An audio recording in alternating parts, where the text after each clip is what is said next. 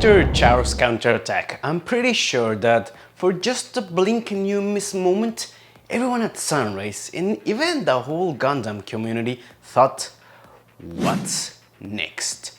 For close to a decade, everyone was following the adventures of Amuro and Char, from the White Base and Aobaoku all the way to New Zeon, the Rakalium and the Axis Shock. But now that story is over. So what's next? Mr. Tomino lost no time, and by 1989 he was already threading the story of Bright Sun in Hathaway's flash novel. Yet for a brief moment there was nothing.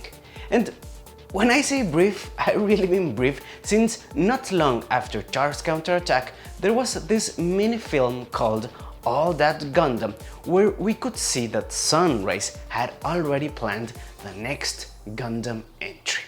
A whole new story called War in the Pocket. Set right at the end of the one-year war, this new story would feature an entire new cast that had absolutely no relation to our previous protagonist, other than being part of the Federation or Zeon. Aside from being the first Gundam entry that had no direct relation to Amuro or Char, this also marked the first time a human other than Tomino helmed the show. In other words, stakes were high and Sunrise had to pull all the stops to continue on with the franchise without relying on Amuro or Char. To say that expectations were high is probably an understatement. That even applied to me, since I'd already heard that this story was super interesting and with a very dark ending. And my friends, I don't really know how the people reacted to this OVA series. I mean, on paper, it has everything to succeed. The mechanical design is absolutely fantastic. The camphor is one of the greatest early Zeonic mobile suits. Izubuchi's modernized take on the Saku is also phenomenal, and the Alex looks like a prototype for the Mark II. Also, and this is something that I don't usually talk about, the character design is very pretty. At first, it kind of reminded me of a much more stylish Yasuhiko, but the more I looked, the more that idea seemed wrong. And then it came to me. The character expressions reminded me a lot of the expressions of those characters of Do You Remember Love, particularly in the eyes. And of course, the character design was handled by Haruhiko Mikimoto of Macross fame. In fact, the director Fumihiko Takayama is also a Super Dimension Fortress Macross alumni. So yeah, amazing character design, fantastic mecha redesigns, a close and personal short story, recipe for success, right? Well, I'll say it again. I don't really know how the people reacted to this OVA series as it came out, but I didn't like it. I'm sorry, please don't crucify me nor exile me. I just didn't like it. Al is one of the most annoying characters of the whole franchise. He's no quest pariah, but man is he irritating. And I get it. He is like 10 years old and, well, a child. He is a child. But I am a father of cats, not a father of humans. So I'll probably never develop that kind of tolerance for kids. Anyway, don't get me wrong. I'm absolutely not implying that the show is bad. Quite the contrary, it's really a close and personal story that can be mostly summarized with 5 words. Wrong time and wrong place. It's almost a slice of life show that happens to exist within a space war scenario. The story mostly centers around Al and his shenanigans with the psionic soldiers and a mysterious Federation base. The mecha action is mostly left to the sidelines, mostly. And, well, truth of the matter is that there is no new type space magic whatsoever. Not at all. And if I'm being perfectly honest, I do not like those kind of stories. But I'm a sufficiently mature Gundam fan to accept and appreciate all of the other Gundam shows, all of every type of Gundam shows, even the ones without space magic. So my friends, I'm Absa, and it's time now to quickly explore the first side story of Gundam, how it managed to still be interesting even though it steered away from the Amuro and Char conflict, and more importantly, how it revolutionized the interpretations of old mobile suits. And as usual, spoilers ahead.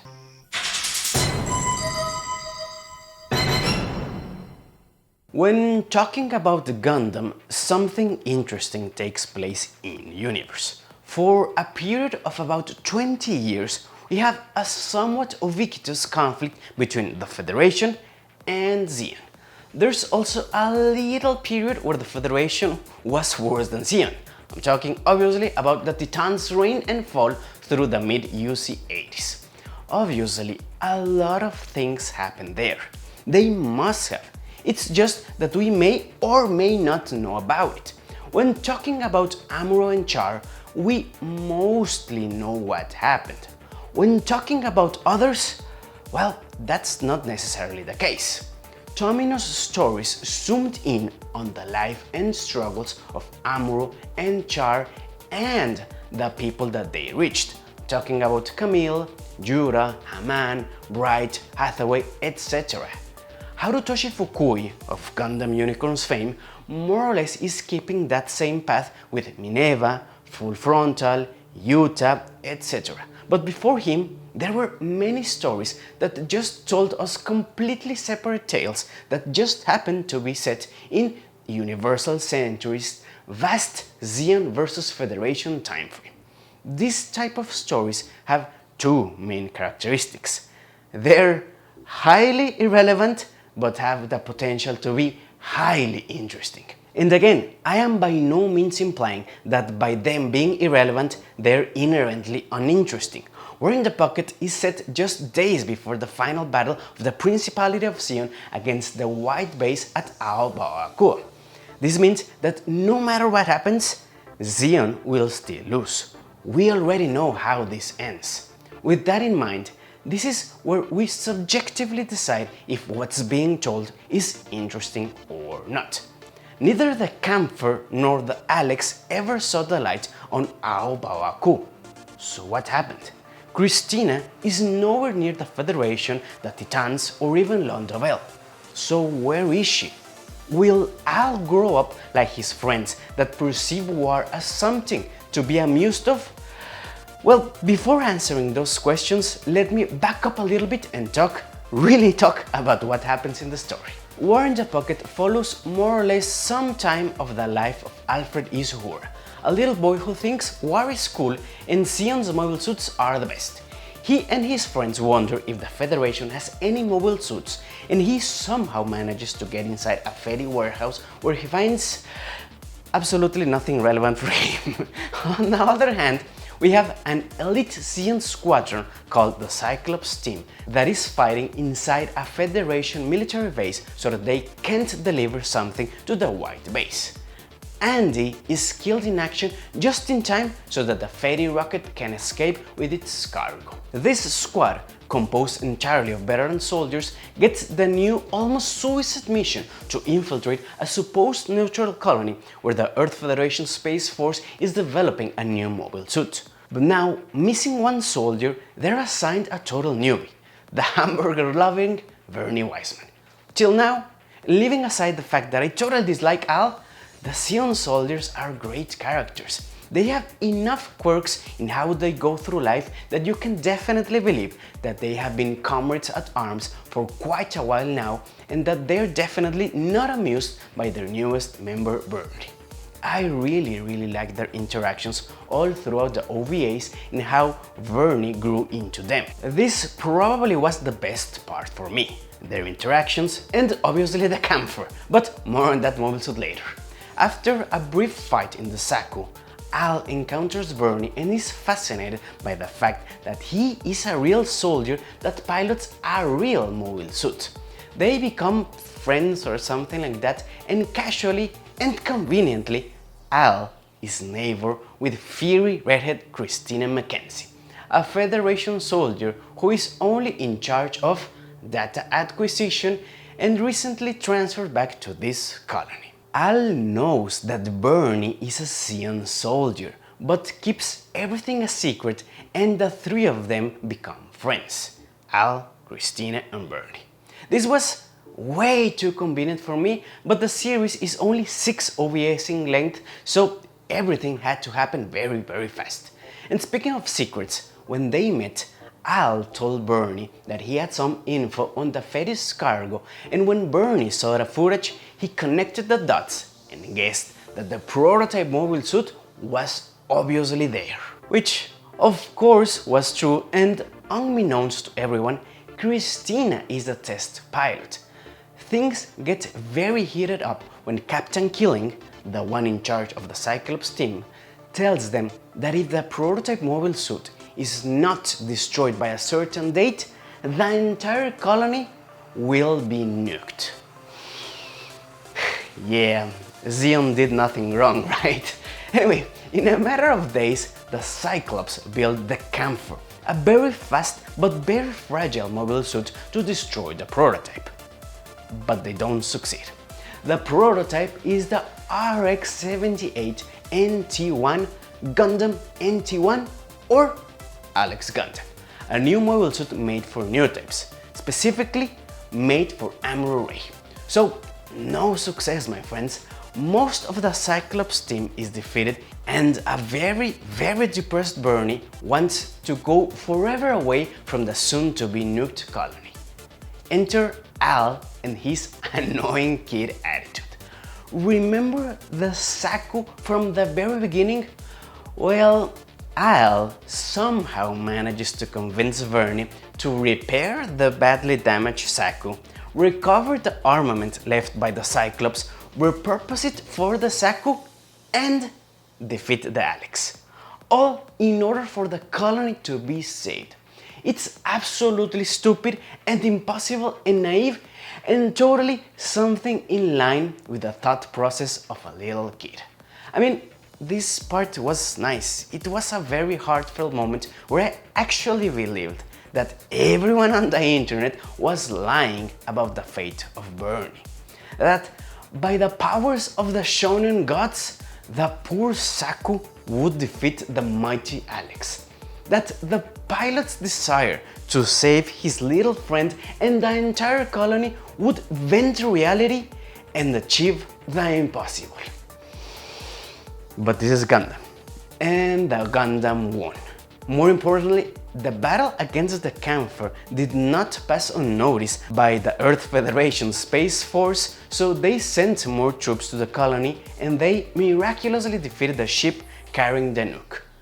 So yeah, Merry Christmas and happy PTSD to Al, the not so badly injured Christina, pilot of the Alex, and all of the other inhabitants of Side 6. I mean, while the story is mostly that, it does happen in a much more interesting way, and the more we learn about it, the more you root for everyone, even the Zeon soldiers. In fact, one of the most compelling parts, at least for me, was the moment before the Camphor attacked, where Steiner and Mecha are toasting for this suicide mission and for the fact that they know that they are not going to make it. They are going to die. When Bernie told his captain that the Camphor destroyed the Gundam, I actually wanted Steiner to believe it. But he tells Bernie that he's a very bad liar. Those character interactions are what really sets this story apart. Every character interaction is very interesting, even Al's. And as I said before, this is definitely slice of life territory. It just happens to exist within a space war scenario.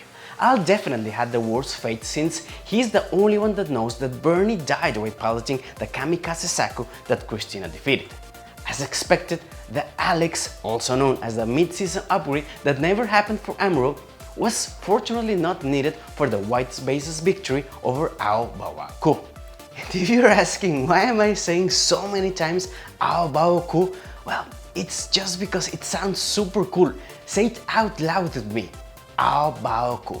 It just flows, not like the boring Gates of Sedan future name. But I am totally digressing. Now, well, what can I say? I hope that I wasn't too critical of this work. It's just that even though it has everything to be a good Gundam story, and objectively it is, it's a simple story that captures the brutal way soldiers are just cogs in the machine of war, the ways that they cope with that, the naiveness of children, the very real concept of not having the correct information on time, the way that humans can be friends even if they pertain to different sides of the conflicts, but that very same conflict can make everyone an enemy. Even with all that said, those type of stories are not the kind of stories that I like. I do like when Gundam gets supernatural. I love the metaphysical concepts that Tomino brings with his new types and how Fukui is adapting those same concepts to more modern times. So yeah, it's a good story. It even ends with something to chew on by having the surviving kids say that they're sad that the war ended, but at the same time they are looking forward to the next war since it will be definitely much more spectacular. Is this why we like Gundam? For the war spectacle that comes in the form of new mobile suit kits? Can Gundam have an anti-war message if it actually makes soldiers look cool and romanticize war? I may be old, but I am not that wise to answer those questions. What I do know is that the camphor looks absolutely amazing and that the final battle with the OG Saku made me look at it through a different kind of lens. Let me explain.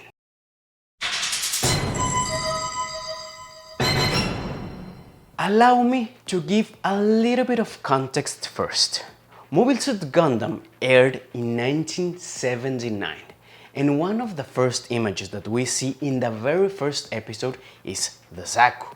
Many things have happened since then, and this is the first time in over a decade, well, in more or less a decade, that we're revisiting this old era, the time of the 1 Year War.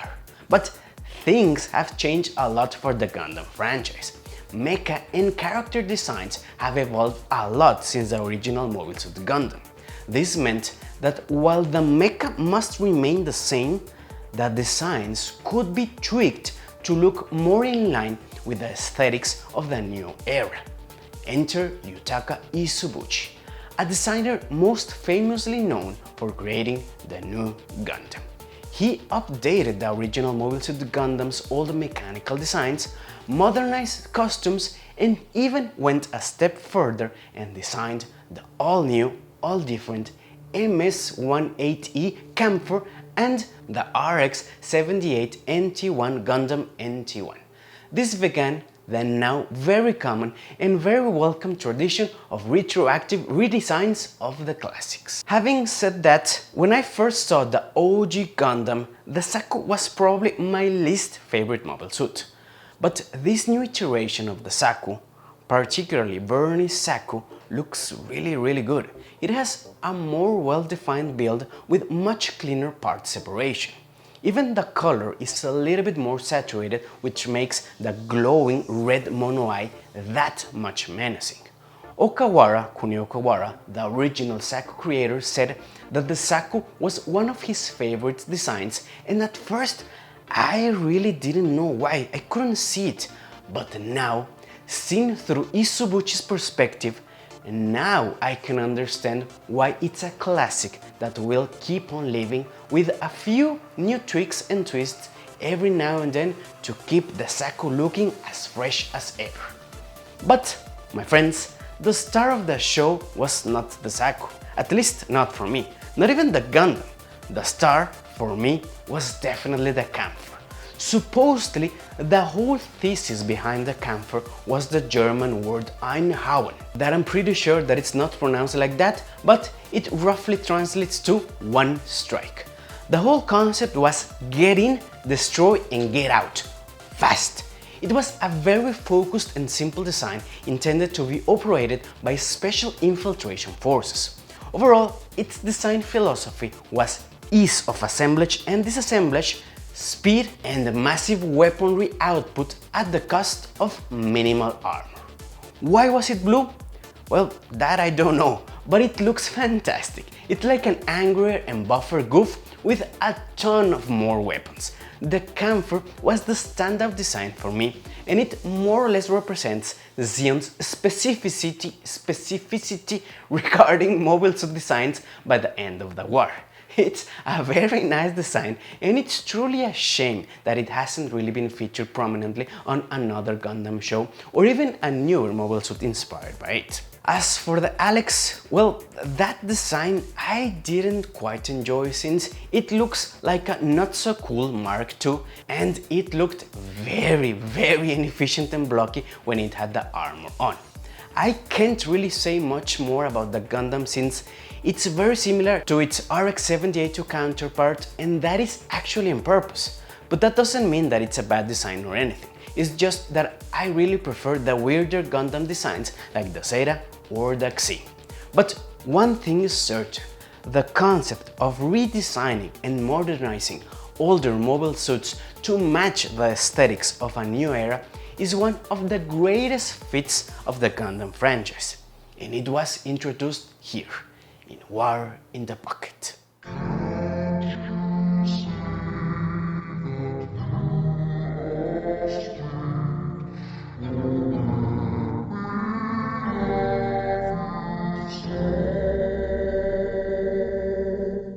Mobile Suit Gundam 0080 War in the Pocket, the start of a new tradition of telling new stories in the one-year war period, something that kind of seems to be a burning norm right now.